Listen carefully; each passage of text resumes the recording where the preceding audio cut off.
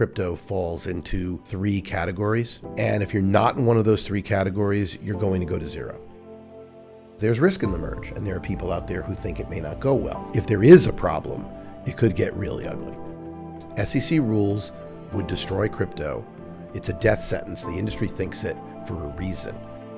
So I think Bitcoin, if the Fed is seen to be re-injecting liquidity in order to keep the long end down, is going to explode up or another bull run. And I think that the level of that explosion is going to be a lot different than people think. What's going on, Dave? Well, kind of boring market these days, but there's a lot underneath the surface. Yeah, so we're here today with Dave Weisberger, the CEO and co-founder of CoinRoutes.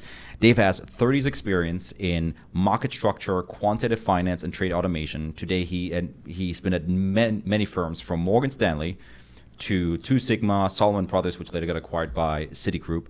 And today is the co-founder of CoinRoutes, which is an algorithmic trading service. So Dave, first question I have for you that I want to kick it off is, what's trading markets these days? You're saying it's boring. What's moving things up? We've got the merge. We've got Tesla dumping their Bitcoin.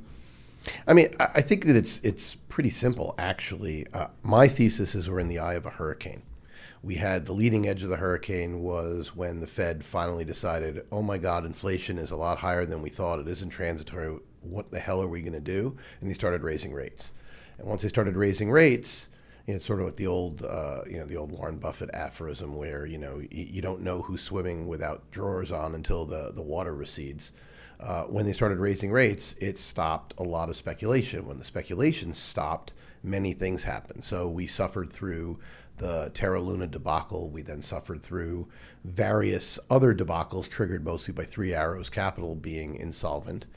And we found complete moronic idiocy on the part of very greedy founders of several firms, where they put their customer funds entrusted to uncollateralized or poorly collateralized loans to this entity, Three Arrows, as well as others, which then caused a knock-on effect of people having to forced sell collateral from the collateralized loans, knocking down Bitcoin, Ethereum, et cetera, over the summer.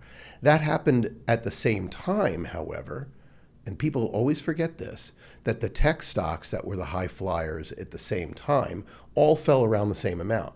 I mean, if you look at Netflix compared to Bitcoin, you'll see that the leading edge of that financial hurricane knocked them both down more or less the same. I mean, actually, Bitcoin was almost exactly in line with Cathie Wood's ARK portfolio and actually outperformed many of the worst ones. And the reason is it was what had to be sold. It's not that Bitcoin had an issue, but there were people who owned it as collateral and had no choice but to sell it. And they found willing buyers. They just found willing buyers that averaged down at because a low people, price. I mean, if you're smart, you're going to buy down. Ethereum was caught somewhat in the same maelstrom. Altcoins, on the other hand, many of them got wrecked. Some of them have had small renaissances, etc. Lots of things that have gone on. I mean, one of the other things that's gone on is the centralized lenders, people who the humans controlled the lending. Many of them, went bankrupt, and others have had issues, significant issues. Meanwhile, the lending protocols, the DeFi protocols, the Aves of the world, all pretty much worked exactly as designed. The issue, in terms of the price of those tokens, is really a question of value. How much value can the tokens extract or accrue to the token holders? And so, yes, they're down, but they've all had nice little rallies off the bottom. And frankly, if one believes in the long-term potential, you can see why there would be a lot of value in those. And so people like Jeff Dorman from Arca Funds categorizes quite well. He's much more eloquent on the subject than me. But I think there's a lot of cross currents going on. But we did learn a lot over the summer. We learned, at least in some respect, who were complete charlatans. Yeah. And we learned in some respect that there's a need for people to actually look at what they're investing in. I mean, regulators will yell about disclosure needs, and perhaps that's a good idea. In fact, I do think it is a good idea. But the truth is things like counterparty risk that every other asset class people care about, people in crypto should absolutely care about it. Something my father always used to say to me, if someone tells you something that sounds too good to be true, guess what? It is. So when you hear 18% interest with no risk, you should be saying to yourself, my first reaction should be to put my hand over my wallet because I know someone's coming for me. And a lot of those things are what went on. But I think what happened is that people got desensitized where crypto had APYs of 1,000%, 100%. And so then all of a sudden, the 18% seemed actually conservative. As crazy as it sounds, within the crypto space, that was one of the most conservative rates. Yeah, there are two cross currents here that are interesting. One is absolutely what you just said. It's sort of like in our business. So we save people multiples of what we charge. We charge low number of single-digit basis points to most people, and we help them save probably small double-digit number of basis points. Now, it's amusing, but I once actually wrote an article about this. You can see it on our website, buried deep in our blog, where I did the analysis and said, listen, if you think the thing you're buying is going to go up by a factor of 10,000, then saving 10 basis points on those first purchases, you're going to multiply that by 10,000. It's going to be worth more to you. But trying to convince people to save pennies when they think they're making hundreds of dollars is just a hard thing. The flip side is what you said, which is when people are making so much, when markets are and you could just buy Shiba token at 6 zeros and a penny and think it's going to go to $1 because and that will make you brilliant. Why do you care? And it's like, someone says offers you 18%. You go, screw that 18%. I'll borrow the 18% because I'm going to make so much money in these coins. So there is some of that. The other thing that was happening, though, is that there used to be significantly more demand to borrow blue chip crypto.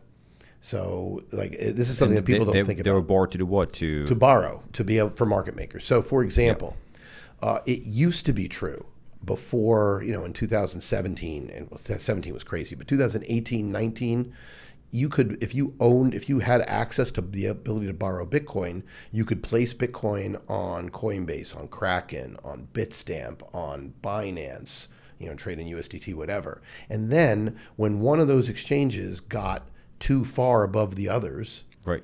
If you had the coins there, you could sell it.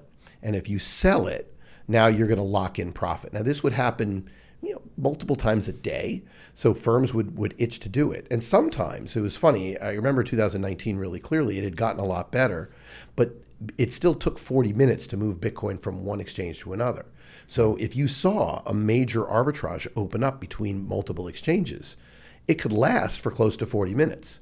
Now, in the beginning, it would get sold down pretty quickly, and only in a rare case where the demand on that exchange outstripped the available supply that people had borrowed would it then persist. But the truth is you could see it. And so there was always this demand for borrowing these blue chip coins in order to be able to do this arbitrage. Then Fireblocks came along and convinced all the exchanges to allow zero confirmation transfers because they trusted the Fireblocks network. They took 40 minutes down to less than a minute.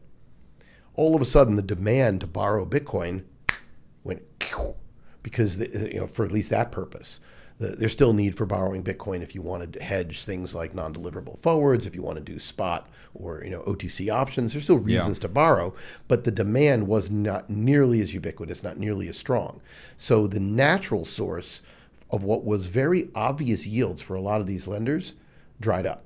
And so now it went out on the risk curve. Now you're loaning to people who are playing with structured products or playing with derivatives or might have a hedge book or might have a prop strategy. Yeah. And once you start doing that, now your collateralization risk becomes bigger. But if you don't have a risk management committee, you don't have a risk management approach, and you just kind of say, everyone's going to pay me back because everybody's making money, bad things can happen. Right. I know it sounds like a gross oversimplification, but a lot of what happened this summer were firms who basically said, these guys they're the speakers at every conference. Everybody wants to hear from these guys. They can't default. They'll be great. And I can give these really good APYs to my clients and I can attract more business. And my clients are used to it. And if I have to stop giving them those APYs, they're going to pull the money from me. And then you get into that situation. And it was a lot of really simple and stupid trades where they assumed that the customers were, even dumber, where we talk about whether it's GBTC, staked ETH, usually with, illiquidity risks, but it's like, well, why should this ever go wrong unless people pull out? But you've said a lot of things. So I want to peel it back. At the very beginning, I was like, what's driving the market today? You said there was a lot of forced selling, with Luna, LFG unwind. We had Celsius unwind, BlockFi, and so forth.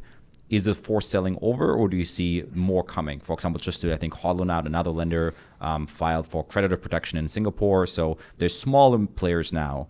Or do you think more is going to come out of these bankruptcy proceedings? I think that the eye of the hurricane thesis is simple. I think that all the forced selling that's going to be material to the rest of the crypto market is done for the summer. I think that what we have to get through the fall period as people get right back to work, and historically we've seen this. I mean, history doesn't always repeat. I understand that. A lot of people think, a lot of chartists always go back and look at charts. Oh, well, this is going to happen again. But it often rhymes. This feels a lot to me, and I mean a lot, like 2000. So in 2000, we had the internet bubble being pricked, we thought, in March of that year. And there were some massive days. NASDAQ had like the largest single intraday swing ever in that day. It was like a 20% move on that market. It was up 6, down 14, or in some direction. I can't remember which was which, but it was a lot. And it was pretty ugly in the early spring. What people fail to remember is that a shadow rally happened where the large cap, the large cap stocks that participated in the internet bubble rallied almost back to their all-time highs by August. Short squeezes or? Lots of different things, but okay, it's over. Whew, we can get back to it. The thesis is still intact, etc. And then as the economic news started coming, as more and more people started getting clear-eyed looks in the fall, all of a sudden in the fall we had, fairly epic, collapse, and that collapse continued for some time. The reason why I say it rhymes and doesn't repeat is that I think in crypto there's a lot of projects where valuation is actually quite reasonable. I actually think Bitcoin is an asymmetric return profile to the upside that is rather extreme, which is why I think it's the last thing to get sold when these things happen. But there's a lot going on, and there's a lot to unpack. And we could talk about Bitcoin maximalism and where I think that falls down, and we can talk about people who want to invest in things because they think Bitcoin is they're going to overthrow Bitcoin for some reason or another, and which I think that's insane also. But the fact is there's a real value proposition in crypto. There's a real value proposition in a lot of equities as well, and then there's others that don't. And it would not surprise me to see some issues going on. And the fact is I think at the core of this, I think the Federal Reserve in the U.S. is trapped. Keep in mind, at today's interest rates on the long side, the government is paying less in interest payments than it did back when its debt was 1/4 of what it is today. Yeah. If interest rates ever normalize on the long end to where the government borrows to being anything close to what the rate of inflation is, which would be a zero interest rate, real interest rate, if they had to pay that, that would squeeze out the rest of the budget. You literally would have no room for discretionary spending without going into deficit. The government can't afford that. Right. So the Federal Reserve needs to engineer the long end of the curve down. They make a lot of claims about caring about the short end, but they don't really. And they make a lot of claims about caring about, inflation. Well, they do insofar as it affects the long end. But as long as they can keep inflationary expectations down, they're doing their job. That's been the historical overlay. The problem here is this is an election year and a very politicized Fed. There was an article yesterday called, that was kind of funny, which talked about how that Powell is the most politicized Federal Reserve chairman. But the fact is, does anyone really believe that with the controlling party in power doesn't want to pressure the Fed to do something to make people feel less pain when they go to vote in November? And the answer to that is obvious. I mean, that's what's going on. That's why I think Tesla and a lot of the tech stocks have rallied 50% off the bottom. The reason they have is because people are saying, well, the Fed, they can't raise rates anymore. I think that people don't understand what that really means. I mean, they want to engineer the long end down, but I don't think they really care about financial markets or the short end, at least not until perhaps October. I mean, their best scenario would have probably been the markets that continue to crash through to sometime in September, and then to engineer a spectacular rally for the last 6 weeks of the election cycle. But that's what they probably started wanted happening. to do. So what is your take for the next FOMC meeting? Is it they're going to raise again? They're going to raise again. I suspect they'll do 50 instead of 75. Maybe they'll do the same 75. I don't know. I mean, I think Neil Kashkari is a very strong barometer. He used to be one of the biggest doves at the Fed, and he's basically saying they need to keep fighting inflation. But this is a right-hand, left-hand deal. Just remember, the Fed has two tools. Well, they have more than two, but they have two basic tools. They have short-term interest rates, and they have liquidity. Yep. And I think it's going to be like the old, like the old magic acts. When you learn to do magic, the first thing they teach you is create a diversion, and then do what you're really going to do away from the diversion. So the left hand attracts all the attention. You do everything with the right hand. The left hand is the rates. This is liquidity. I will be stunned if there isn't some version of quantitative easing in the 6 weeks before the election, even if they don't raise rates. That, on the other hand, will trigger a significant rally in certain sensitive financial assets, most notably among them Bitcoin. That's what I actually think could happen.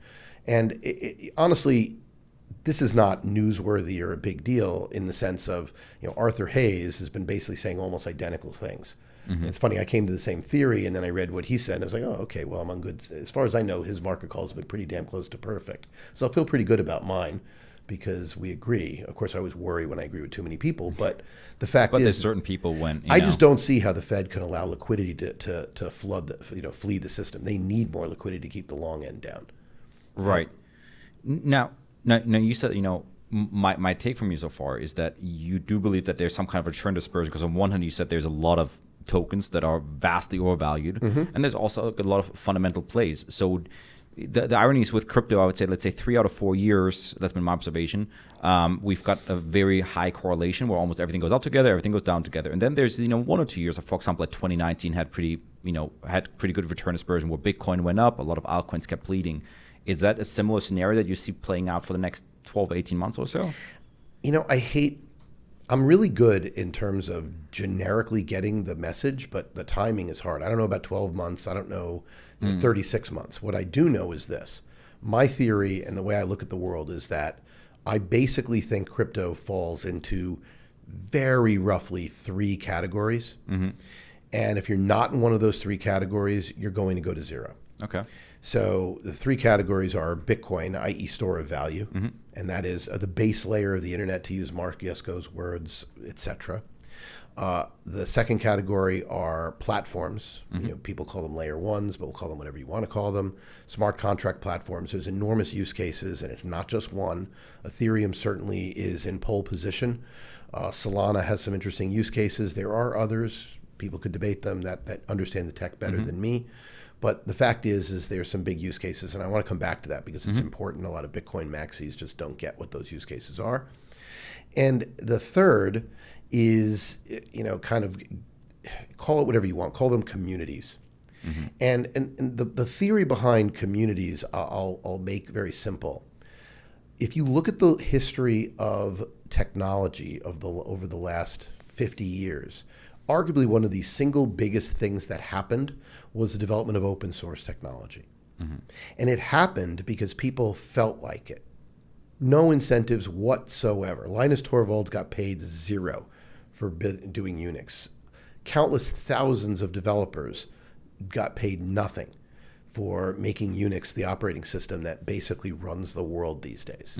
It's outperformed Microsoft, it's outperformed Sun, it's outperformed all these others because it was open source, because tech people cared about it. Now imagine what happens if you can figure out a way to incentivize developers to work on those sorts of community open source projects. Well, that's what native crypto tokens essentially allow you to do. To me, that's a very big deal. It is a very big deal that unfortunately has gotten conflated with very screwed up incentive structures, with very greedy founders, with lots of I used the word charlatans before. We'll just stay with that word.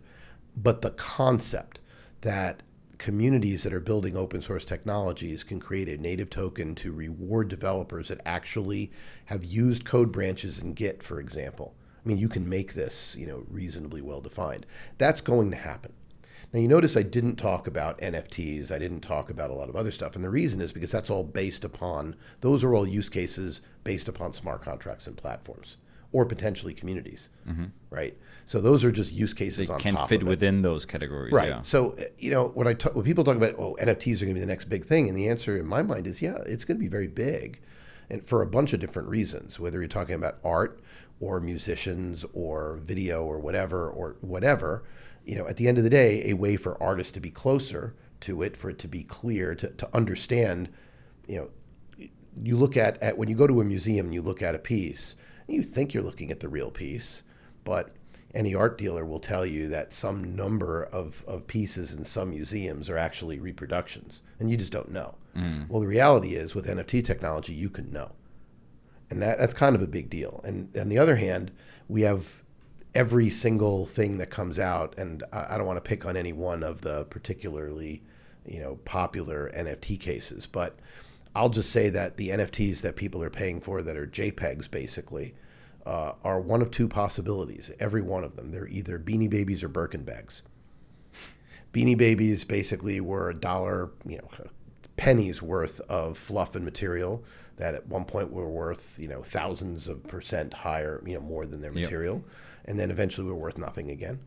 And Birkin bags are $10 worth of leather that gets traded for $25,000 to $40,000 a bag, and has been doing so for 30 years. I was going to say, and oddly enough, like appreciated value. That's right. Yeah. And so, it's not like people can't decide something has value and keep that value due to scarcity, but you have to decide what you're buying is that when you're looking at artistic ones. When you're talking about the use cases for real estate, the use cases for fine art, there are use cases for potentially for stock registries, if you really want to get down to it. I mean, DTC is hardly the model of a intelligent design.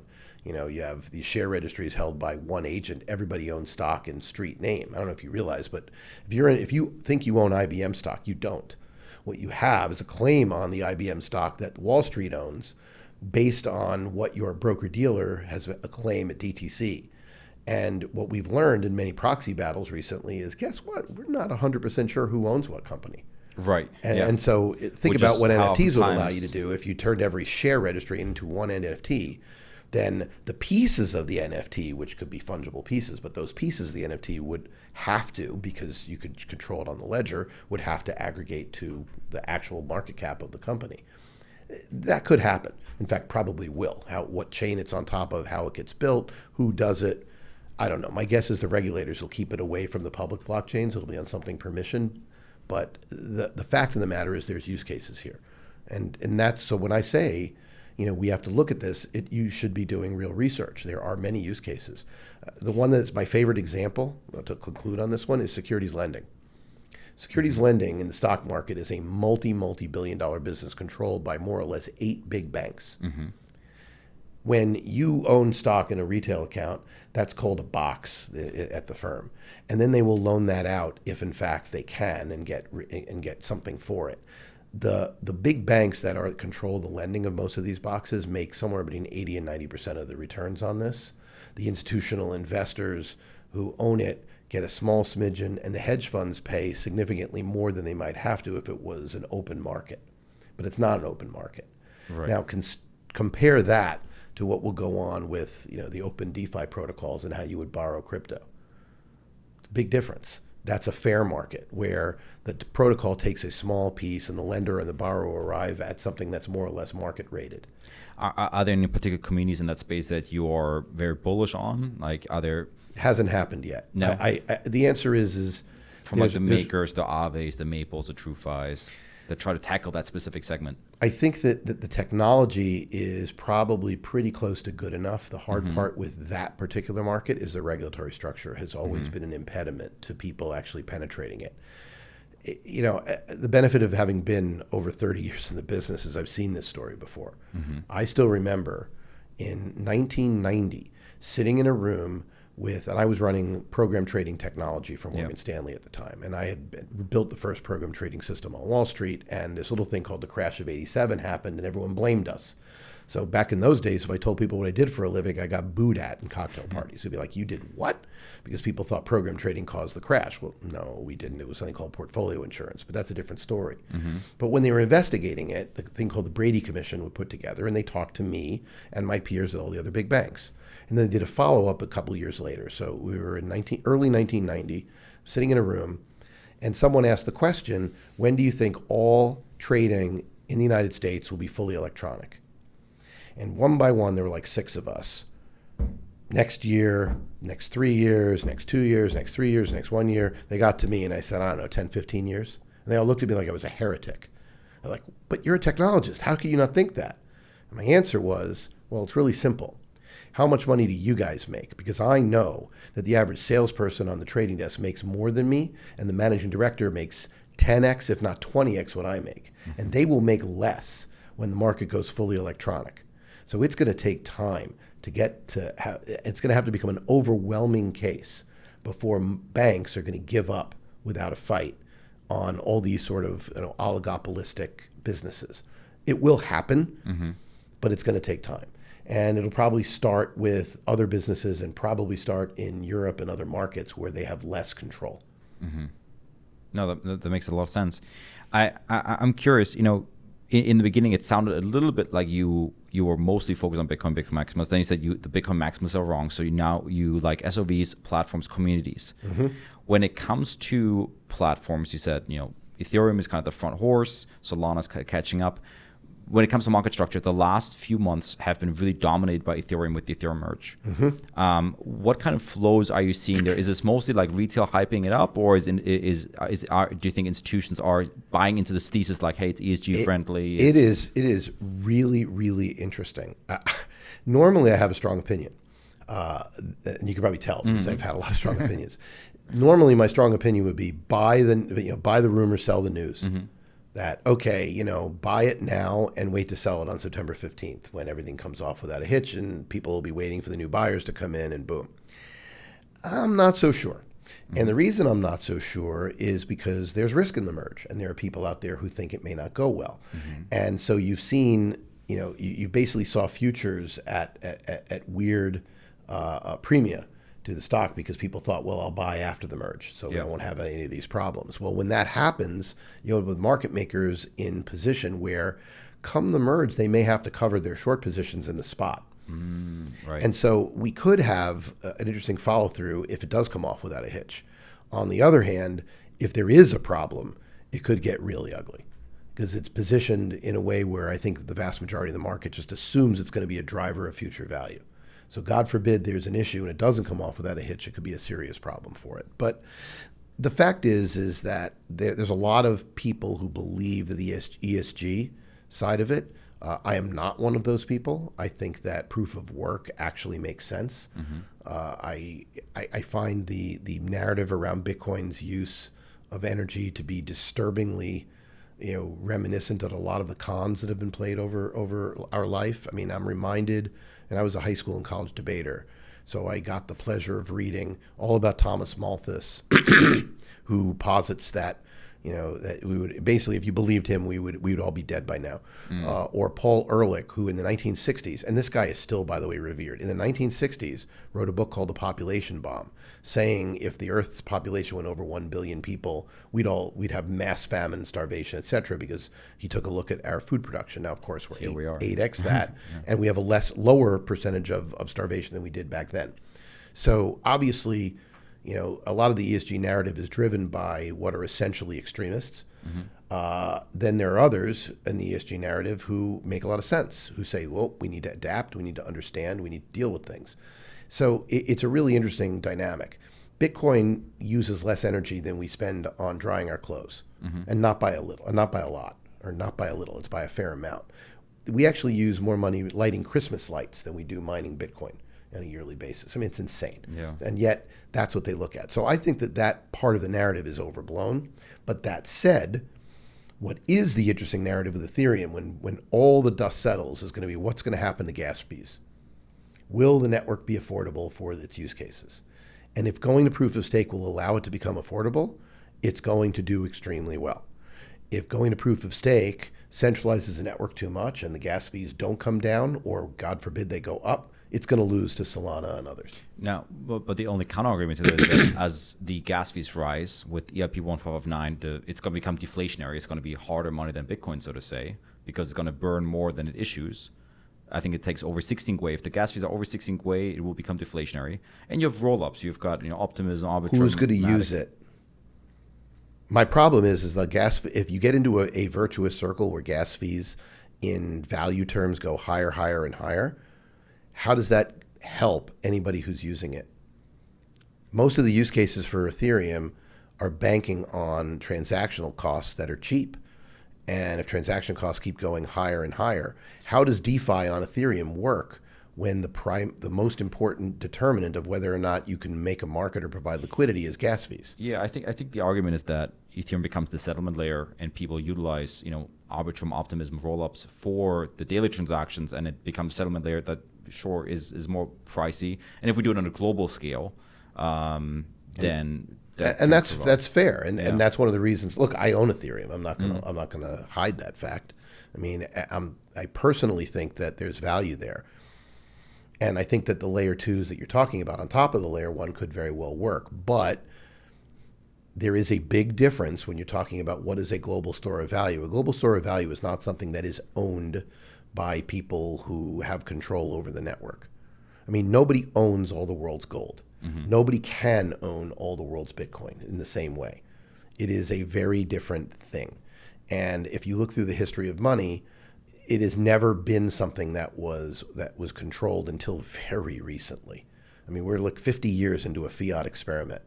And Ethereum can be made deflationary until such a time as there's not enough of it left and they decide to vote to actually create more, right? It's humans. It's not a monetary policy that's fixed. There's a big difference between those two things.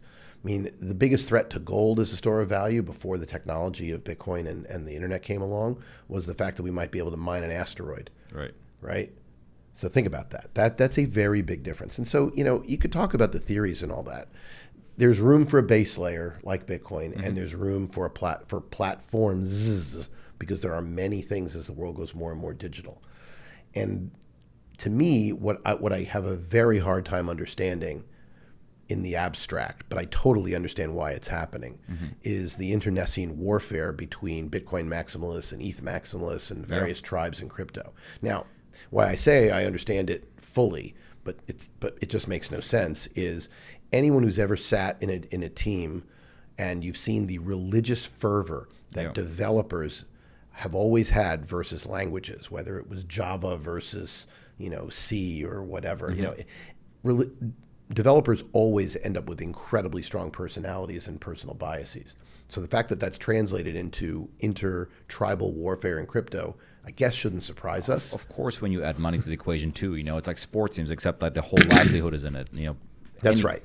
But the truth is the whole community would be better off if people would just work to make their protocols or their projects better.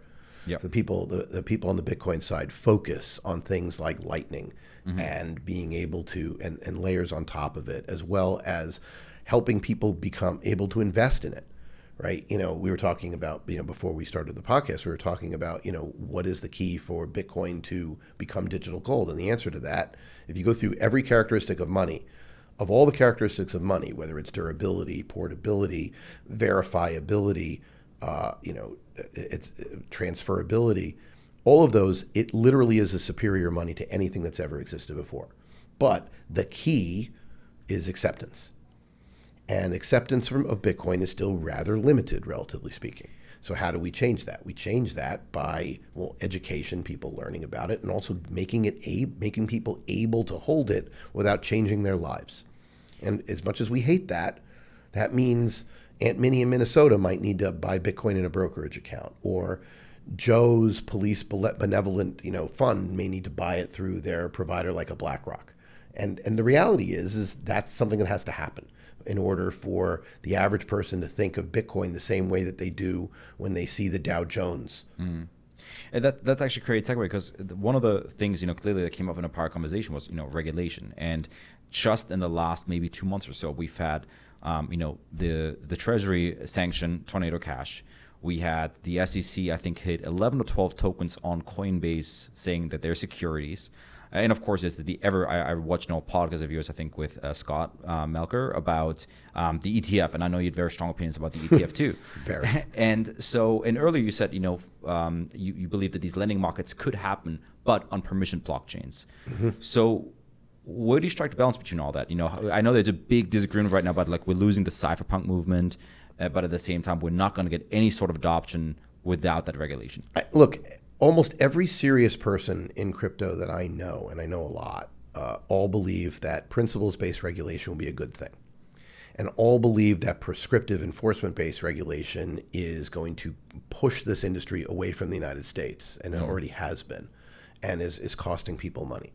So let's start with the positive first for a change. We can get back to the negative. But on the positive side, I mean, what could happen? Well, there's a really good bill, actually, bipartisan by Gillibrand and Loomis, which basically say create very clear nomenclature on what is a digital security and what is a digital asset that is not a security. Have the CFTC regulate the latter, have the SEC regulate the former, and let them build their rules. That makes sense. The CFTC, to understand the difference, the biggest difference in the CFTC and the SEC, other than the fact that one was controlled by the Agriculture Committee and one by the Finance Committees in Congress. And by the way, that's the reason they'd never get reconciled. There's a lot of donation money in both committees, and no member on either committee wants to lose those donations. And I know that sounds incredibly cynical, but happy to say it because I know multiple staffers on the Hill who would agree with me. Generally, no one really disagrees with that statement. So that's why they're two separate agencies. The CFTC has generally been concerned with preserving market integrity. So they care about principles that matter. Yes, they care about the participants don't get ripped off. Yes, they care that the principals understand what they're doing when they're doing it. But no, they haven't really focused on protecting mom and pop retail because that really hasn't been part of their market. Yeah. The SEC was formed in the crash, and the SEC's mandate was more or less to protect individual investors and to facilitate issuers, et cetera, et cetera. Basically, protect people but don't kill the golden goose. So the SEC has rules that, for the most part, average over 70 years old. Some date to the 30s, some date to the 70s. Yeah, there's some like Reg NMS that date toward last decade, or 2 decades ago now. Sorry, I'm getting really old. I forget when that happened. But the reality is the SEC rules literally are much more prescriptive. They're much larger. I mean, Reg NMS was 560 some odd pages. Mm-hmm. Hell, the new ESG rule is like 500 plus pages. None of those rules even contemplated crypto. They don't contemplate an asset class, an asset that can trade against multiple currencies, including other cryptos, on the same platform at the same time. They don't contemplate the idea that you could have on-demand settlement. They think settlement has to be agreed before you do the trade. Well, no, crypto breaks that model. Mm. They think that custody has to be handled by an institution with capital on behalf, not proof of assets, right? So there are many, many, many things that, why those rules don't work. The most disingenuous statement I've ever heard coming out of a public official, and that's saying something. I mean, consider what I'm saying here. We're talking about politicians, right? The most disingenuous statement is when Gary Gensler says, we've had securities rules for a lot of years. They work for them. Why won't they work for crypto? And then he proceeds to want to use regulation by enforcement rather than working with the industry to make rules that work. He knows full well that if you applied the crypto rules to the industry as stated, every single crypto exchange would have to stop trading every single product that they're trading. 100% dead stop. Complete end. All investors wiped out. He doesn't care because that gives him a hammer to be able to get power. It has nothing to do with anything logical. Hester Peirce said under Jay Clayton, and it's to Jay Clayton's immortal shame, and I hope he hears this, but his most shameful action isn't denying the ETF. His most shameful action isn't the idiotic lawsuit against Ripple as he was going out the door and giving Ethereum a free pass. And both of those are pretty shameful, by the way. But his most shameful action was saying no when they had a 3-2 majority to get it passed, a safe harbor for crypto exchanges to work with the SEC to craft rules. Yeah, that was a problem. And of course, this administration, which doesn't care at all about anything other than power, isn't going to do it. But that's what needs to happen. Now, but the thing with Gensler is, like you said, like, he does it because he has the hammer. It's giving him a power. But if he actually kills the industry, you actually lose power, because if not him, he has none of it. His thought is if he kills the industry, the existing brokerage firms will somehow pick up the pieces afterwards. That's what he thinks. And his friends make a lot of money. And who knows what he'll do when he leaves the SEC. I'm not sure he cares, but it's very interesting. Look, I hate doing personal attacks, but I've offered to debate Gary on so many occasions I've lost track. I know I'm not alone, but he basically doesn't want to talk to anybody. Yep. He doesn't want to ever have an adversarial conversation where these things can be debated. But the simple fact is, SEC rules would destroy crypto. It's a death sentence. The industry thinks it for a reason. And it's not because of intent. most of the industry would love to basically have the following pillars, which are the key things the SEC should care about. Sorry. Number one, ring fence investor assets. There is not a firm out there that doesn't want to have rules that will make it easy for them in the case that something bad happens to them, that customer assets on their platform aren't protected. And that any firm which took customer assets and used them in a way that they hadn't disclosed to the customer would have criminal penalties attached to it. I think pretty much everybody agrees with that, except for a few notable people who are going through some distress right now. Yeah. Second, another very simple one, anti-manipulation. Rules to actually say what is manipulative, what is real in the markets. Every trading platform, I think pretty much all of them, are either using a firm called Solidus Labs or another firm called Aventus Systems or potentially NASDAQ Smarts. I think there may be a couple of other smaller ones to actually look for wash trading and look for spoofing and layering and things that are manipulation. I think almost everybody believes that platforms that employ those sorts of surveillances are better to trade, and therefore it's a better market. Now, there's no regulation to say you have to do that, but they all do it anyway because it's a good thing. A third, one near and dear to my heart, best execution. You should be able to expect when you give an order to a platform that you're going to get the best price they can get. And you should understand what all markups are, what all fees are. You should know what they are. You shouldn't be guessing. And that's the sort of thing that makes sense. And I say it's near and dear to me because CoinRoutes, that's literally what we do, is we focus exclusively on best X. Our customers are almost all proprietary traders or funds who make more money if they do a better job buying or selling. People who are acting as agents, with the exception of a couple of firms, and I guess I can name them because they're, Bitcoin Swiss was our first investor. They came to us because they wanted to make sure that their customers knew they were getting best X. So that's why they use us. There's other customers of ours that are in the same boat. I don't know if I have their permission to talk about them on a podcast, so I'll stay out of it. But that's rare. Most of the agency firms we talk to basically say, well, I'll make more money if I could sell my order flow to somebody. Right? And so they don't use us because they don't care. But the truth of the matter is that that's a big aspect of regulation. Another aspect of regulation, probably the biggest, really, if you think about it, is disclosure. Yes. What are you doing with my money? If you're a platform, what are you doing with it? If you are a project, what are you telling me? Is it real? Is it not real? Are you accountable for telling lies?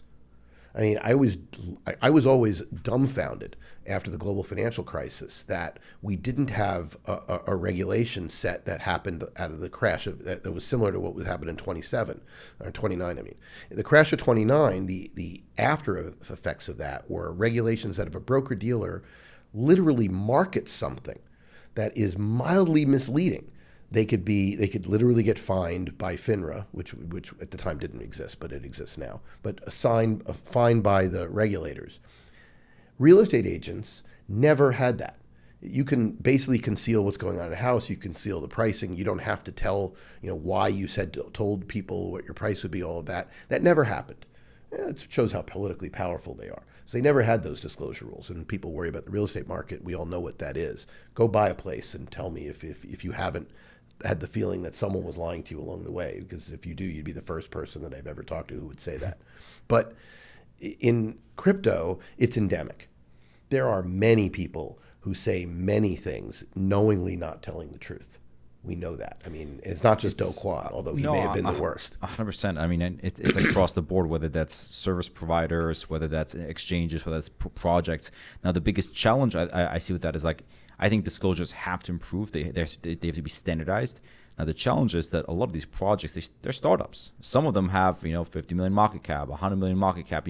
They're essentially public from day one, where in the traditional world, they would be maybe a Series A, Series B, Series C. So how do we do that without, I guess, choking them to death?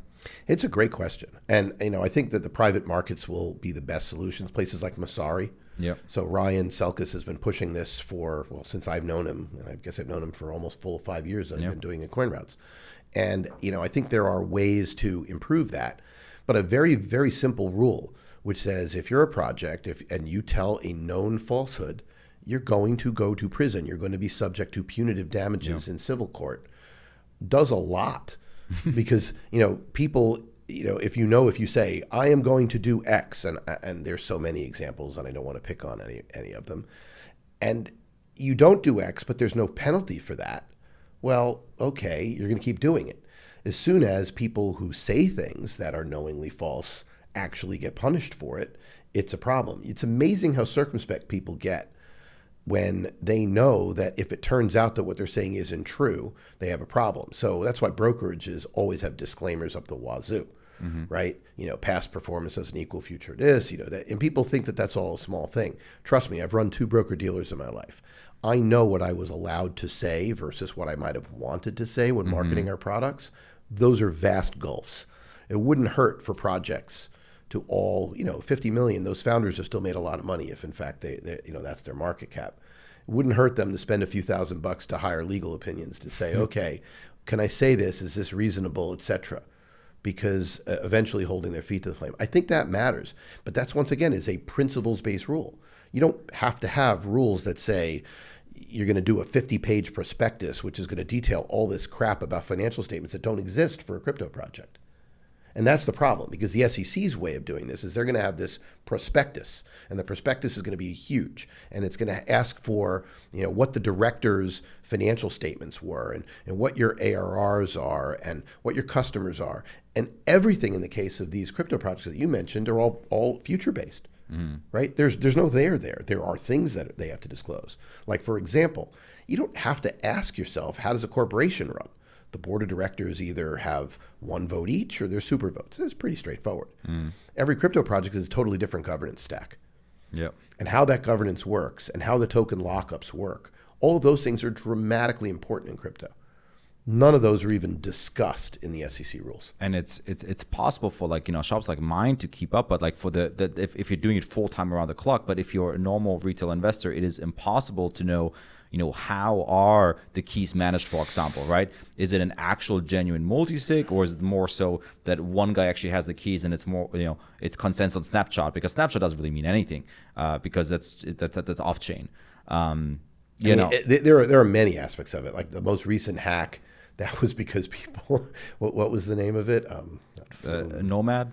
Which was the one where they used unencrypted ASCII files over the internet. Oh, Ronin. Yeah, it was one of those. I can't remember what it was. I mean, Lazarus is known for sending PDFs. But the fact is if you do stuff like that, you're going to get hacked. And understanding those things. Look, there's always aspects to it.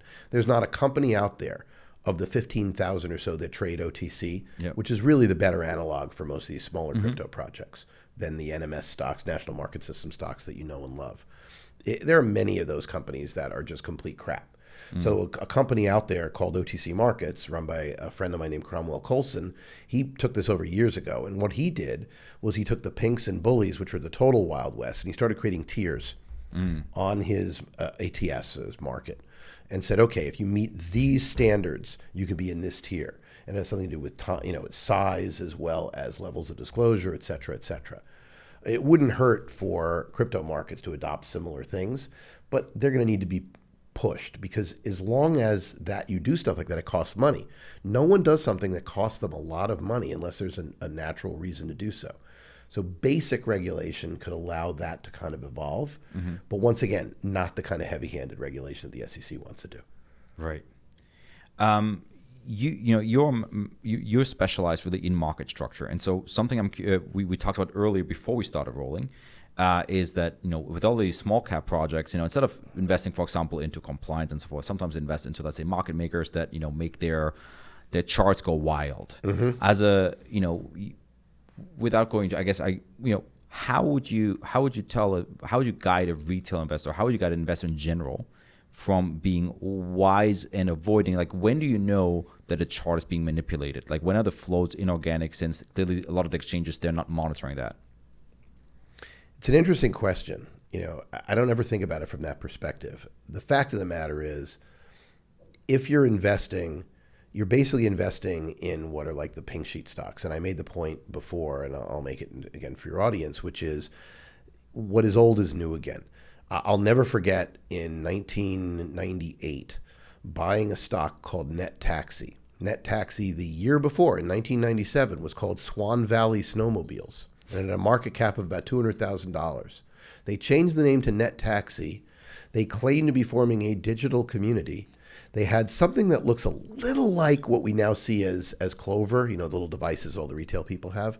It was big and clunky and it didn't really work, but whatever. But they claim to have this thing. And it zoomed from 1998 to 1999 to well over, it was well over 200 million. It may have even gotten towards $1 billion in value from $200,000. Nobody had any information about this company with the exception of the company and what they said in press releases. But it didn't matter because you were buying it to sell to the next guy. You weren't buying it because you were a believer and you thought this thing was going to change the world. Maybe some people did, I don't know. But the fact of the matter is you were buying it based on these sorts of press releases. I don't see any difference between that and any of these tokens. The reason the volumes went crazy there, and this is kind of funny but true, all the market makers that were on the street started buying some for themselves because they saw that this was turning into a hype cycle. And so in their personal accounts on Wall Street, this stock was huge. There were a bunch of internet stocks that were like that, where the PA accounts on Wall Street were buying. and so, then other people came in and obviously this thing got completely out of control. And, that sort of stuff happens. The fact of the matter is this stuff has happened before, whether it's a security or not. The reality is you need to be looking at volumes that are real. The Bitwise study being the gold standard in that, no wash trading sort of stuff. Teddy Fasara and those guys did a lot of really good research on this. I think the wash trading really doesn't happen as much on the U.S. based exchanges, the ones that are regulated here, the Coinbases, the Krakens, et cetera. I think FTX is pretty good about keeping that off. If you see a token which lists a derivative contract on FTX and the derivative contract is trading 20x the volume of the spot, I think that's a dead giveaway that something wacky is going on. I think that it's really important to understand that. If you see and understand what the market makers are doing, it's really important. So one of the interesting things to look at are volumes and look at the difference between volumes on the weekend versus volumes during the week. If the volumes during the week, which have natural people buying and selling in addition to market makers, are almost the same as they are on the weekend, then it's all market maker activity. If, on the other hand, there's a ton more volume during the week than there is on the weekends, then it's highly likely that there's some real volume going on. And the market maker volume is there because people are paying for it, and it allows you to subtract a baseline. That's one kind of trick. It's not 100% because retail in crypto sometimes is 24/7, but for the most part, the biggest difference is we've done these statistics. The order book thicknesses during the week and on the weekend, the weekend's a little bit lighter, but not a lot lighter, maybe 30%. Volumes are 70% lighter. So you need to understand, and there's reasons for that, because there's a lot of people who, the trading desks aren't really there, a lot of people aren't really doing a lot of investing in the weekend, particularly in the summer, they're trying to enjoy the weather, et cetera. But the reality is that's what you want to try to find. The truth is, a lot of this data, particularly in the smallest coins that are traded on the more esoteric exchanges, it gets harder and harder. When you're focused on DeFi, then it's harder still. Like coins that only trade geographically. Well, no, because coins that only trade on DeFi are not being traded by professionals. It's all retail to retail. Keep in mind, a lot of what goes on in DeFi, there's a lot of good reasons to think DeFi is going to be a big deal. I've kind of given a bunch of them, right? Yep. But let's face it, today people who pay liquidity, who take liquidity on DeFi, are paying way too much on coins where they have a choice. And market makers are making a lot. Yeah. And the reason for this is because if you're a price-insensitive buyer, you don't care if you pay too much. If you're a price-insensitive seller, you don't care if you pay. Uniswap, yeah. Right. So 30 basis points of Uniswap with larger spreads. In general, there was an academic study done that said that DeFi compared to CeFi is about 50 basis points more expensive on the average. Yeah. But that's okay if you're not planning on reporting it to the Inland Revenue if you're in the UK or the IRS here. Although with 87,000 new agents, you probably should think about that strategy. Armed with deadly force.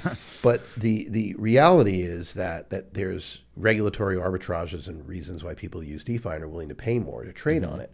But a lot of the coins you're really talking about when you get down to the small projects are on PancakeSwap alone. You're not going to even find them listed, except if you go to exchanges where U.S.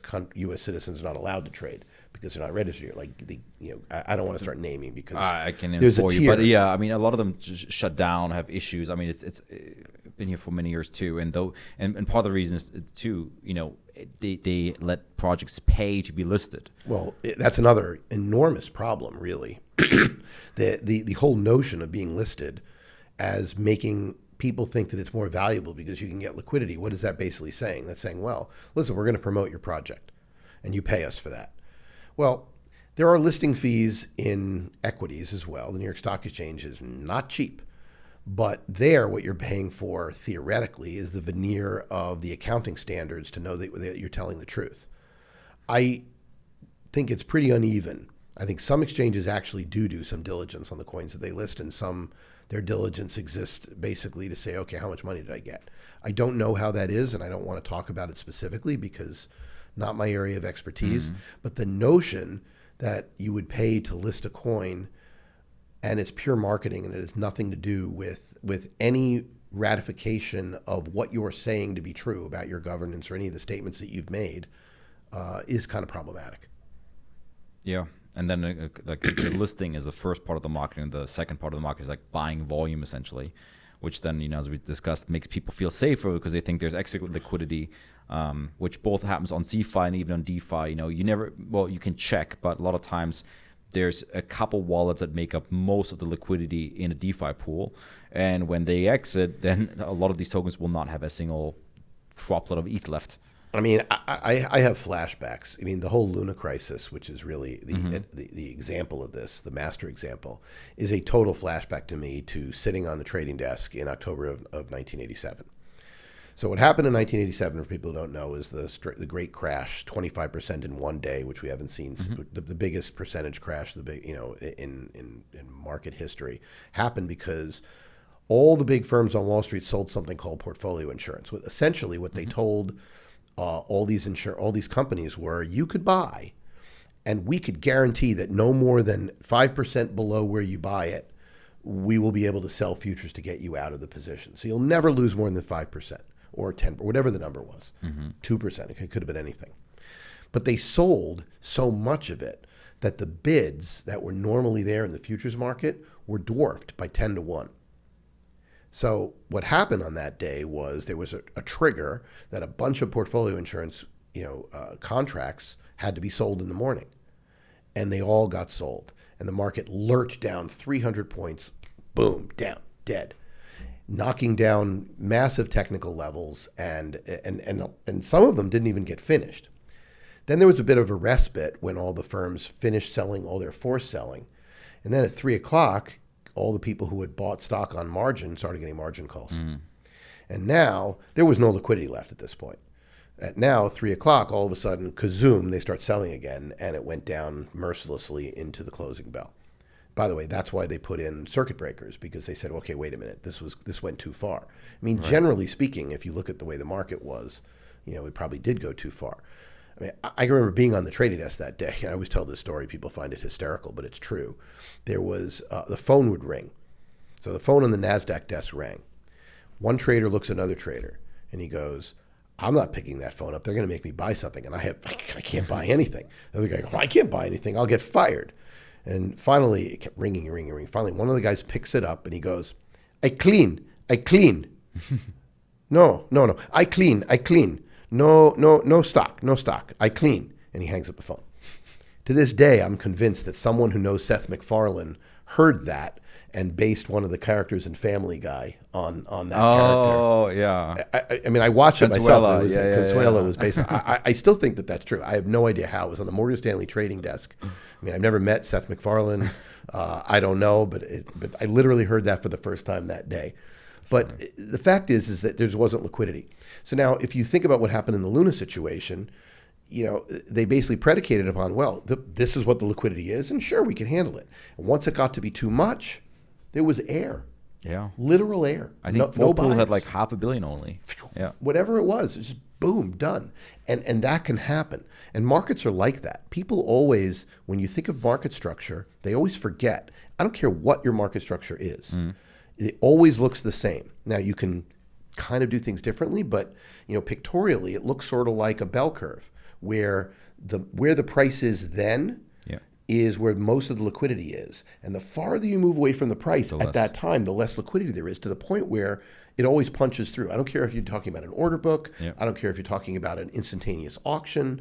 I don't care if you're talking about an AMM liquidity pool. It's the same. So what needs to happen in those situations is there has to be some aspect of time. But automated protocols are not really good about creating extra time. Right? There's no good way for that to happen. And frankly, it's not even certain that it should happen in the case of something where you don't know what the value was to begin with. Yeah, and I think that's what made flash crashes so recurring in the crypto space, both on decentralized exchanges and centralized exchanges. On DeFi, sometimes it just takes some newbie to fat finger and say, let me go buy $1 million of a token. Then you see, wow, this token just went up 1,000%. But even on centralized exchanges, Kraken, I remember trading in, it was like 2019 or so, and I remember sometimes you had like Bitcoin itself dropping 30%, 40% in within a second, and then go right back up. Or my most famous one was, it was like June of 2017. I was sitting in front of GDAX, the former Coinbase Pro, and Ethereum goes from $300 down to 10 cents, and then right back up to $300. Yep. And Reddit went nuts because there's people saying I just got stopped out like $1 for ETH. Yeah. It's actually an interesting topic. I sat on the committees that designed the limit up, limit down rules. Unfortunately, didn't get listened to on a bunch of things because they were built kind of poorly in terms of the way that basically they were right in the first move, but as soon as there was a move, it didn't adjust for those moves. But that's too technical.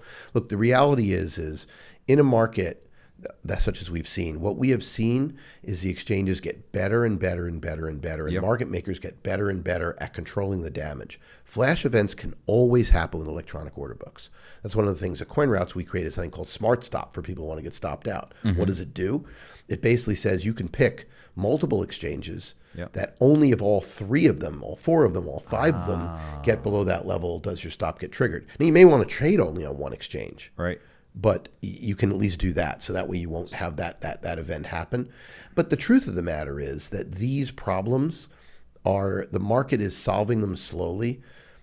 I don't know how much need for regulation there is. What I will say is that markets get more efficient because the more people get burned, the more exchanges act to get more liquidity into their book. So if you look at the difference in FTX, for example, in their liquidation process, and Sam talks about this all the time, they built that into their liquidation process. They have pauses to allow liquidity refreshes to happen. And so far, it hasn't really cost them any money. And that's pretty impressive when you consider what Bitcoin and Ether have done over this summer. The fact that, as far as I know, and I've asked both him and Brett multiple times, that their insurance fund hasn't really lost anything because of the liquidity refreshes that they built in. So they're managing to handle these flash events for the most part. Yeah, no, listen, I mean, since I started the fund, this industry has come such a long way when it comes to the actual, technology beyond, and that's a great, segue into CoinRoutes too, because, when I first started the fund, when it came to custody, there was Kingdom Trust, and they would custody Bitcoin. That's about it, right? And they said you can't really move it off. Then when it came to portfolio tracking, there was maybe coin tracking. Research, nothing. I mean, Delphi, Messari, they came after. And when it comes to execution, I mean, we talked about it a little briefly before. There wasn't really many / any names, and even when it came to exchanges, options market didn't really exist. I mean, LedgerX had spreads of 2x from each other, and in those few years, we've gotten many custodians and stuff like Fireblocks, Copper, and so forth. You've got execution technology like CoinRoutes. You have exchanges just so much more liquid with so many more instruments. It's been incredible for years, and so that's where I want to dive a little bit into CoinRoutes. What made you choose that particular niche, especially when at the time when you started it, there was an infinite amount of problems open to be solved? Why execution? And kind of what's been the journey of that since? Well, the CoinRoutes origin story is really simple, actually. I had just exited IHS Market on very nice terms, had options that were deep in the money, trying to figure out what to do. And my son, Ian Weisberger, had the idea, and he came to me and he said, hey, I'm looking at these crypto markets and they look really fragmented, and there's all sorts of arbitrages, and people are really going to need help to navigate these markets. Do you know anybody who knows anything about market structure who might be interested in working with me? And of course, I looked at him, and he said it was sort of the way we tease each other because he knows what my career has been. And I said, well, that's fascinating. Now, at the time, you have to understand this was February of 17. At the time, I didn't know I knew what Bitcoin was because a guy in my poker game was always talking it up. I didn't know anything about Ethereum. God forbid I knew anything about what the difference between a layer 1 or a layer 2 was. So I knew nothing. So we dove in and we started analyzing the market. He started collecting data, writing adapters to the exchanges. We started looking at it. The more we dug in, the more I realized, oh my God, there's a niche that needs to be solved here. The fact is the average person didn't know in December of 17, and I'll never forget this. People still make the argument that Bitcoin traded to $20,000 in December of 17. There was never a time, ever, that you needed to pay more than $17,000 to buy Bitcoin in December of 17, ever. It was always offered at that price, at somewhere around 17,000 on Kraken or Bitstamp or someone. Yeah, Coinbase went up to 19 plain, and Binance and USDT went up even more. But the reality was there was never a time. And when you look at $1,000 or $3,000 differences between exchanges, I knew this was a market that was ripe for innovation.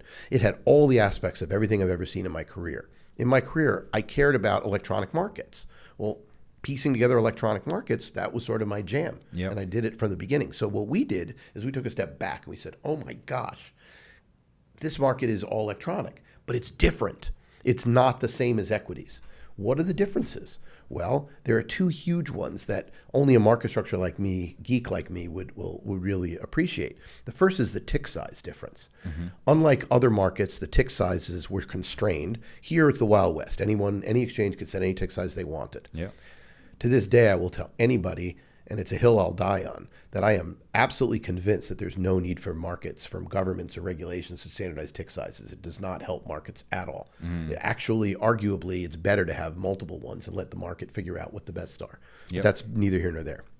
The second is fees. In equities, just by law, the tick size is a penny and fees are capped at 0.3 of a penny. So fees are capped at 0.3 of one tick. In crypto, the average fee at the time, and obviously it's still true, were double-digit basis points, which in the case of Bitcoin was right now it's like, $20 if it's double digits? $20 fee per transaction, 1 penny tick size. Do the math. 2,000 times. The fees can be 2,000 times the tick size. Moreover, the difference between the maker, where you're posting liquidity, and the taker could be double digits for people. And even if it's 4 or 5 basis points, that's normal. Yeah. It's still hundreds of times the tick size. So what does this mean? Well, it means a few things. The first thing it means is massive order fragmentation. Unlike equities, where all the orders are queued at the best bid and the best offer, and high frequency firms try to jockey with each other to be the guy who's at the first one. There's an old expression Wall Street that comes out of Glenn Ross, that movie, where they say, the first prize gets a new car, second prize steak knives, third prize you're fired. Well, in equities, if you're posting and you're at the top of the queue, you make money. If you're in the middle of the queue, you're probably losing money. If you're toward the bottom of the queue, you're losing a lot of money. Why? Because you're only buying when it's about to drop through, a long way. There's none of that in crypto. So the penalty for posting, if you're slow, in crypto is non-existent. In equities, it's huge. That's a very big difference. The market data is a huge difference. CoinRoutes, for example, I toss off 10 to 15 terabytes a day of data, I tell people. To conceptualize that, I'll show people within 1% of the spread of Bitcoin, within 1% of the best bid or best offer, there's almost always over 5,000 individual price level exchange combinations among the 10 U.S. exchanges. 5,000 price levels that are meaningful. There's not an equity system built that could ever look at that much data. So we built our system knowing this from the ground up. And we built our system understanding these things. And so that's why we built what we did. Because we realized it's something, it's sort of like, what can you do with your own knowledge to actually extend it and then provide value? So when I talk to people about differentiation, we're differentiated because we have better data and we are built for a structure of a market that was tailor-made for electronic trading, but not the same way that people electronically trade equities. Right, and ultimately, this is also what makes these markets more efficient because, we talked about it earlier where back in 2017, $3,000 spreads between exchanges, and I would run into people at conference, they said literally what they did for a living is move Bitcoin from, let's say, Bitfinex over to Coinbase and rinse and repeat. or borrowed. Or borrowed. And right. paid very huge amounts of money to borrow, which we were talking about before. I mean, the truth is the markets have gotten much more efficient, but I've never seen a signal in my entire career, and I have over a decade of running statistical arbitrage trading groups, which is when one exchange is displaying a price that is higher than all the other exchanges, that price is going to drop, not just in relative, but also in absolute terms. And the same thing when it gets out of whack on the bottom side. I mean, sure, there are cases where they're going to lead the whole market up or lead the whole market down. Sure. But 80% of the time, basically, close to 80%, that is a signal in the direction of where the prices are because going it's to move. ultimately emotional driven buying. Because if it wasn't, then they would be smart enough to see, wait, I can buy cheaper there. Let me go there first. Yeah. Now those signals last much less time. There was a time back in 2018 those signals would last for hours, right? For whatever reason. But now they're still meaningful, and it's important. And so if you're using an execution venue that isn't looking at all the exchanges, even the ones you don't trade on, you don't know where to price. So right now, CoinRoutes is predominantly only for institutional investors, or do you also have a retail product? Because I think not yet. Yet. It's a really good question. So right now, our first patent that we're still struggling with the USPTO on, although we're about to write our hopefully final response to them, is for a distributed smart order router. What does that mean? That means every one of our clients gets their own box. And we have a centralized market data platform that does a lot of the heavy lifting. So it makes it an efficient box, but it's still a box. And boxes are expensive. We are going to build a multi-tenant product, and we are going to have, I won't call it retail, we'll call it active traders. We're not talking about Charles Schwab, but we are talking about Thinkorswim for people who understand what that is, on a global scale. And that's something that you'll see from us in the not terribly distant future. Now, the only catch is that, I guess, as the market becomes more efficient, won't that squeeze the margin, so to say, or will there always be new markets that are popping up? They're still inefficient. I mean, we've priced ourselves to be not terribly dissimilar to the way European equity algorithms are traded right now. So we're one of those people squeezing the margins. I mean, our margins aren't close to what Coinbase's public margins are, right? And so we know how much money we could save retail. And it's rather large. We know how much money we save institutions, and it's pretty good. Our goal is to profit we'd like to retain 20 to 30% of the value that we give to our customers. And it's actually surprising that over the years, Coinbase has gone up in fees, not down in fees. A lot of exchanges have gone down. Coinbase, I remember GDEX was a 0% maker fee for the longest time. Now it is, I think, 0.6 taker, 0.4 maker. Prime institutional is like 0.1. So you're losing almost a percentage point going in and out. I've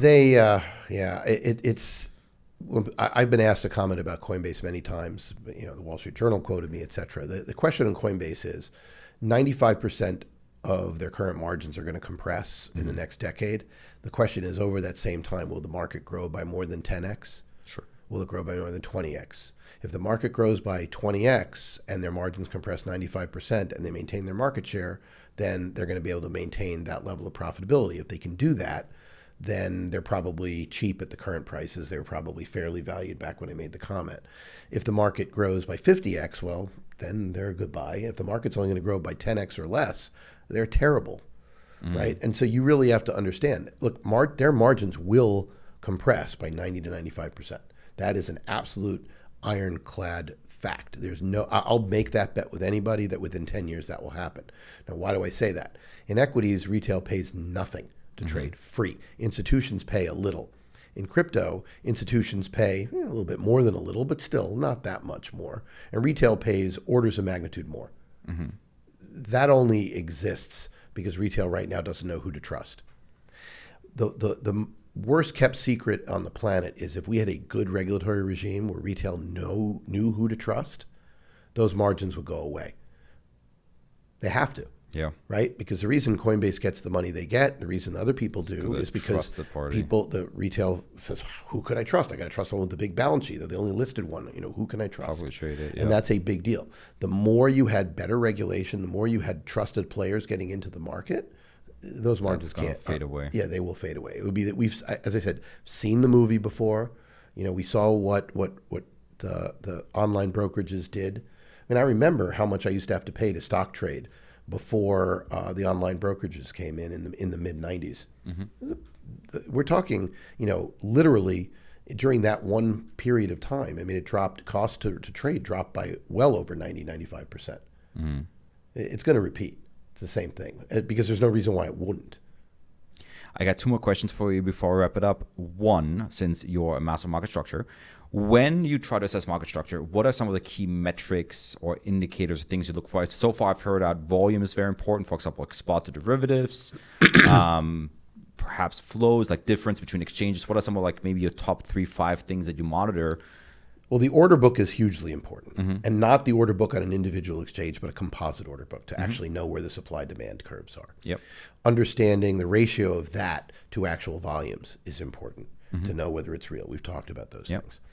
The other thing that really matters is there a difference between, it's like when you look for differences in cross rates. So it's pretty good right now. I mean, in crypto, it used to be a big deal. Now it isn't. But if you wanted to know what was going on with Tether, for example, USDC to USD, the best indicator of the price is where you can move large blocks of Bitcoin in the difference between Bitcoin Tether and Bitcoin dollar, not necessarily where exchanges are pricing small pieces of Tether USD. So understanding where the institutional flows are lining up. The other thing we haven't talked about is term structure. Okay. So you want to understand what's going on in the futures markets that are the liquid futures markets relative to the spot markets. And if there's a significant forward curve or a contango, both of those things have different meanings. So you need to understand what's going on there. The other huge thing as far as derivative markets are concerned is both open interest, right? As well as some notion, depending on which platform you're looking at, of where where liquidations are likely to occur. So how much margin is being taken. So notions of the open interest, the amount of margins, which is kind of shown in funding rates, but not really. Those sorts of things, that interplay is very, very important. And then the last thing that's really important in the case of in Bitcoin in particular, is the on-chain metrics. Yeah. I mean, understanding what's going on in terms of the wallets and the age of wallets and the realized profit in wallets and duration of it and the hash rates on the network. There's a lot of data that goes on, and some of the smartest traders out there are using that data as well. So there's technical stuff, there's market structure stuff, and then there's the on-chain stuff. And all of that allows people to get a better idea. I mean, the funny thing about CoinRoutes is I like to talk about this stuff, but as Levi Strauss said, we're not digging holes, we're selling shovels. Right. What I'm confident in is helping people when they decide, okay, this is the right time to buy, is helping them buy it. And, Correct. And the other side for selling. But there's a lot of data in crypto. I make the argument quite often that particularly Bitcoin, but a lot of crypto is the most transparent asset class on the planet. Yeah. There's more known about it than there is about the average equity or even foreign exchange. Every time somebody moves to Bitcoin, everybody in the world gets to see that. Yep. On that subject, do you have any favorite books that you'd recommend on market structure that have helped you? I mean, I think a lot of it is experience, naturally. Yeah, I mean, a lot of academics in market structure really don't actually know what they're doing. Some of them do. I'm friends. I have friends in the academic market structure community. I always tell people, and I was telling you this off camera, my favorite book for anybody who wants to understand trading is a book written a long time ago called Reminiscences of a Stock Operator. And it chronicles it's not a fictional, but a pseudonymous trader called Jesse Livermore. And he talks about trading in the 1870s, if you could believe it, up until I guess it was the panic of 19 something or other. It was in the early 1900s. And it'll amaze anybody how similar that is to the way crypto is today in terms of the amount of margin that one could take. You could get 98% margin. Now, actually, crypto, you can get 99% margin, but that's different, whatever. But you can get incredible margin. He talks about the bull and the bear syndicates, which are a lot like token founders and what was going on, and other people market makers who might be doing bear raids. It's interesting, but it can give you perspective that if you think what's going on now is new, it isn't. Yep. As long as there's financial markets and there's greed and there's fear, these sorts of cycles will play out. And so it gives you a pretty, I think it's a really good grounding and perspective for people. Probably not the answer that you probably knew I was going to say that because I said it before. But the truth of the matter is I heartily recommend that to anybody, particularly if you're posting on Reddit fan threads, or you actually believe that Citadel controls the price of AMC, the so-called apes. If you believe that stuff, then I got a bridge I'd love to sell you. But the fact is these things have been happening for a long time. And the only thing to understand that I would leave people with is that a lot of what happened in those days happens in crypto, but doesn't. But the more you have bigger entities with more on the line and more structure, the less likely a lot of those really bad things are being done by those entities. So it's really kind of interesting who would point them out. The worst stuff is usually done by people who don't have much to lose if they get caught. Final question, market outlook. In the beginning, you said it reminded you a little bit of the 2000s, the shadow rally up. I know you don't want to give the specific timing, so we can leave the timing of it out. But like structurally, like where do you? You said it might get worse. Where do you just see like the next phase play out? I think the next phase is, as I said, I think I'm concerned about the fall in broad financial markets. I'm looking for this time down to be the time that Bitcoin and in fact some of crypto delinks from a lot of that. I think that assets that are more or less trading like tech stocks because they're speculative on the future based upon the future of NFTs, the future of this or whatever, are going to move in line with the NASDAQ and those sorts of assets. I think Bitcoin, on the other hand, if the Fed is seen to be re-injecting liquidity in order to keep the long end down, is going to explode up or another bull run. I think it will take a while, and I think that the level of that explosion is going to be a lot different than people think. I don't think, unless speculators get ahead of it, in which case it'll fizzle out faster, I think it'll be more like climbing a wall of worry, which could be a multi-year grind higher. Yep. Of course, you understand how these things work. In Bitcoin, the volatility is such that what you think might be a multi-year grind higher will actually be a lurch up, 50% correction, lurch up, 50% correction, et cetera. Yes. Yeah. But the fact is I still believe that the most likely scenario is Bitcoin will achieve digital gold status within a decade or so. I really do believe that. And that puts me in line with very similar to some very famous, Bitcoin maxi predictions. But the truth is, I really believe that there is a reasonable likelihood of that. And at the time when the market is pricing that likelihood at less than 5%, and that's more or less where it's pricing it, sure, to me that's a good bet. And that's what I think a lot of the people who are buying the forced selling, that's where they're coming from. They all think it's going to take time, so they're happy to be patient. But I think you're seeing a weak to strong hands, and you've seen it all summer. And so that's why I think that things are that way. I called for August into early September to a rally back to the last resistance, which was between 28. The last support was 28 to 32. Yep. So somewhere in that range will be resistance to this rally, and then we'll get tested when things happen in the fall. Now, if it turns out that the Fed is hyper politicized and they want to buy the vote in November, we could see a massive rally in the fall. I don't think that they'll be able to get away with that, but who the hell knows? I mean, I'm not Nostradamus. If I did, I wouldn't be running a company. I would just be running your own shop. Yeah, exactly. Well, Dave, thank you so much for coming and sharing all your wisdom. Where can people find more about you? Well, me, I am at Dave Weisberger 1 on Twitter, Dave Weisberger on LinkedIn, CoinRoutes.com for the company. Yep. At CoinRoutes on Twitter, CoinRoutes LinkedIn, and I think the team is setting up a CoinRoutes Instagram, although I will admit to not liking to share pictures. My wife likes to say I have a face for radio, so that's why I stay away from Instagram. But the company will be sharing things there as well. Awesome. We'll make sure to get many of those clips out so they can appreciate your radio face. But thank you so much for being on. It was really valuable. I'm sure we'll have you back on and see how things played out, maybe a year from now. And yeah, great. Well, thank you very much.